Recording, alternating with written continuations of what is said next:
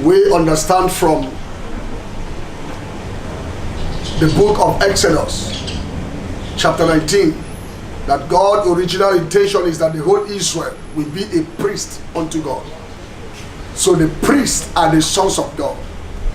Anyone that will minister to God must minister to God from the office of a priest. You can't minister to God outside priesthood. So you must minister to God from that office. So the ordination, that's why Jesus is our high priest. But the priest after the order of Melchizedek, not after the order of Aaron. Now, the order of Melchizedek means that it means the king of peace, the master of righteousness. Melchizedek means a king of righteousness. Salam means peace. So you could see the three things joined there. King of righteousness. So we are to be the king of righteousness unto God. Masters of righteousness. We get mastery. Our action, our expression, everything about us, their righteousness. There's nothing of all that is not righteousness. So when a priest, like we have been sharing, we have talked about the garment of the high priest, that the Levites, the minister in the outer court, wear short and a white. Then the priest and minister in the holy place put on blue robe on top of the white. Then the high priest now put on the ephod. But when he's entering the most holy place, he put on a crown. Means that I'm not just a priest, but I'm a king also. That's why he made the requirement of a kingly priest.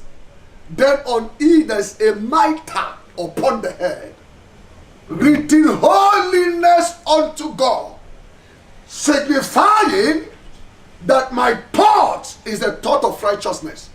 My reasoning is righteousness is holy unto you. My judgment, there's nothing man in me. I have possessed the mind of Christ completely. Positionally, actually, many people, we have the mind of Christ potentially, not actually. But as we begin to journey in Christ and begin to fulfill, you see, one thing that is very important. In the old covenant, the people that were to brought into the priesthood of God, they fell. Their carcass fell in the wilderness. Then Paul said, these things were given unto us as an example. These things were given unto us to see their example.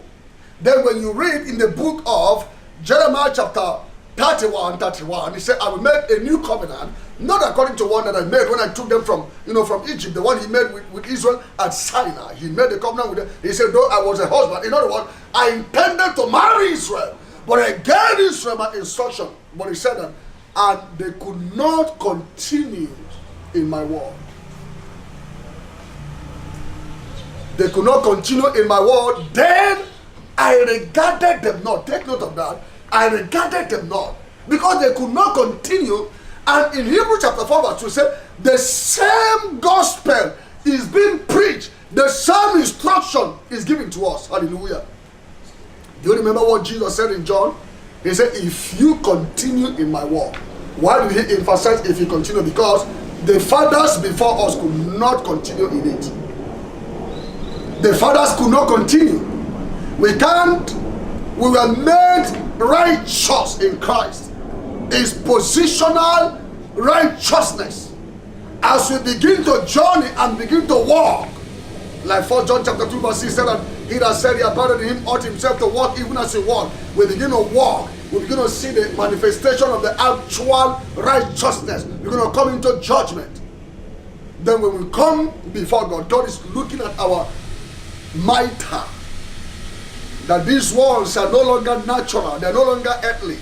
They used to be earthly. They used to reason like the earth. He that is of the earth speak of the earth. He talk of the earth. Then he that is from above talk. He speaks of the heavenly. So I speak heavenly.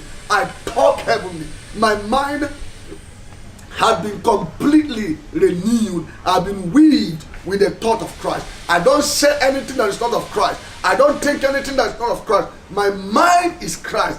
That is what they call the fullness of Christ. That's what they call the fullness. That you might be filled with all the fullness of Christ. The pleroma.